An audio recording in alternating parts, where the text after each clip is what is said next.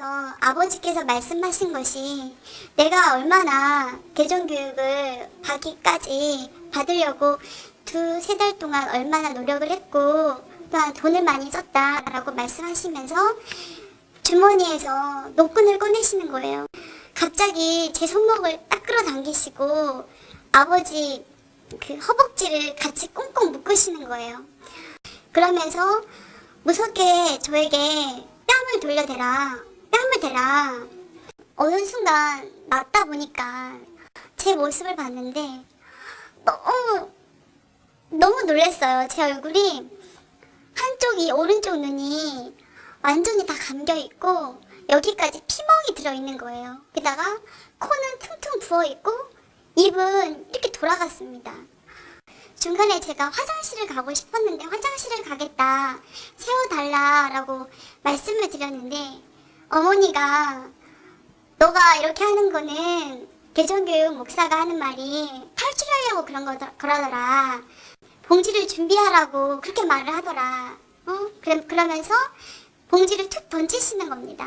아무리 그래도 가족이라 할지라도 거기서 진짜 해결을 한다라는 것은 이것은 정말 인권 모독이 아니고서는 도저히 있을 수 없는 일 아니겠습니까? 개종교육을 어떻게 받게 되셨나요?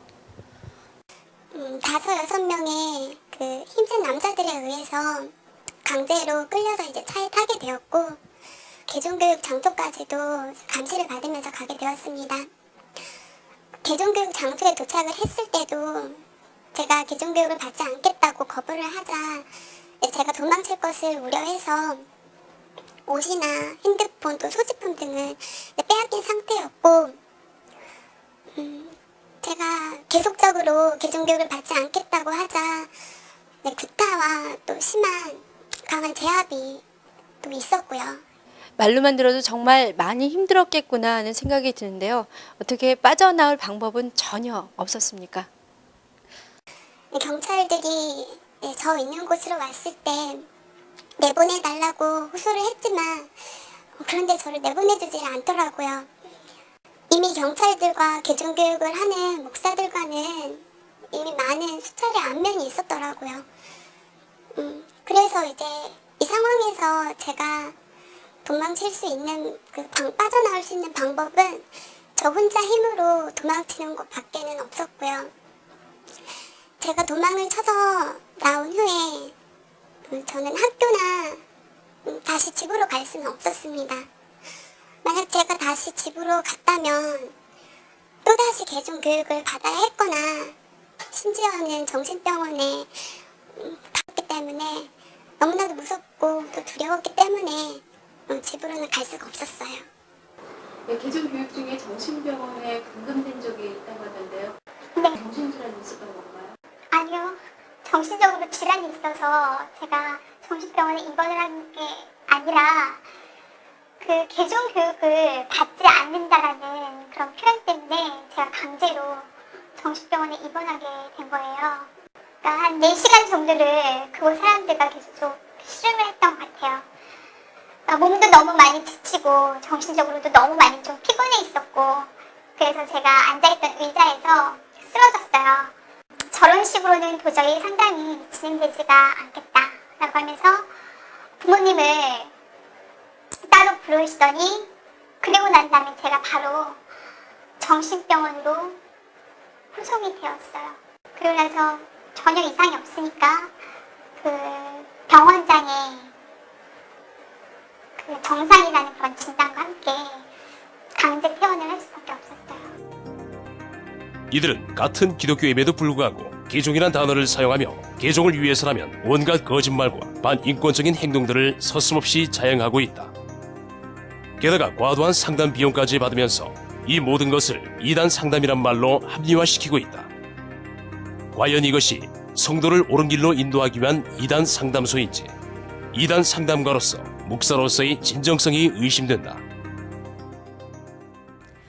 현재 진 목사는 이같이 개종교육을 한다고 정상인을 감금하고 정신병원 수용을 주도하다가 현재 개종강요죄와 감금방조죄로 징역 10월, 집행유예 2년의 판결을 받은 상태입니다. 지난해 10월 고 김 씨는 개종교육을 받지 않는다는 이유로 전 남편에 의해 학대를 받다가 심지어 둔기로 수차례 가격을 당해 숨졌습니다. 더욱 놀라운 현실은 일부 개종교육을 옹호하는 교회와 성도들이 아내를 살해한 남편을 위해 모금운동과 구명운동을 전개하며 개종 목자의 파렴치한 행위를 덮으려 했다는 것입니다. 자신들의 교단과 교권 보호, 성도 확보를 위해 개종운동가를 옹호하는 이들에게서는 생명 존중이나 인권 보호는 찾아볼 수 없습니다. 이외에도 반인륜적인 강제 개종교육에 의해 피해를 입은 개종교육 피해자 연대는 그 회원 수만도 500여 명에 다다릅니다. 개종교육이라는 미명 아래 버젓이 자행되고 있는 인권 유린. 그것도 소위 성직자라는 목사에 의해 이루어지고 있는데 과연 폭행, 감금, 가출 등 이 모든 사건의 주 원인이 누구에게 있는지 묻고 싶습니다. 네, 최근에 보도된 MBC PD 수첩의 신천지 관련 보도에 대해서는 어떻게 생각하십니까? 제 이야기만 들어봐도 알 수 있겠지만 저뿐만 아니라 저 주변에 너무 많은 사람들이 방송으로 인해서 힘들었고 또 많이 피해를 받고 또 가족 내에서도 너무나 많이 힘들잖아요. 정말로 가출이나 또 뭐 폭행이나 이런 걸 일으킨 곳은 신천지가 아니라 오히려 저를 교육시키려 했던 그런 개종교육 쪽인데 오히려 그들의 말만 듣고 그들의 편이 돼서 방송을 한 MBC가 어떻게 공영방송이라고 할 수가 있을까요? 저는 정말 아니라고 생각합니다. 마지막 피해 청년의 말처럼 과연 이런 것이 공영방송이라 할 수 있을지 MBC에게 묻고 싶습니다. 또한 일부 거짓 제보에 눈이 멀어 편파적인 방송을 제작한 MBC PD 수첩은 과연 누구를 위한 시대의 대변인이 되겠다고 하는 것인지 궁금할 뿐입니다. 방송이 나간 후에 가장 피해를 입은 것은 신천지라 생각되는데 신천지 측 현재 입장은 어떻습니까? 네, 사회적으로도 신천지가 거짓된 모습으로 이슈화되어져서 신천지 내외부적으로 많은 피해가 있었습니다.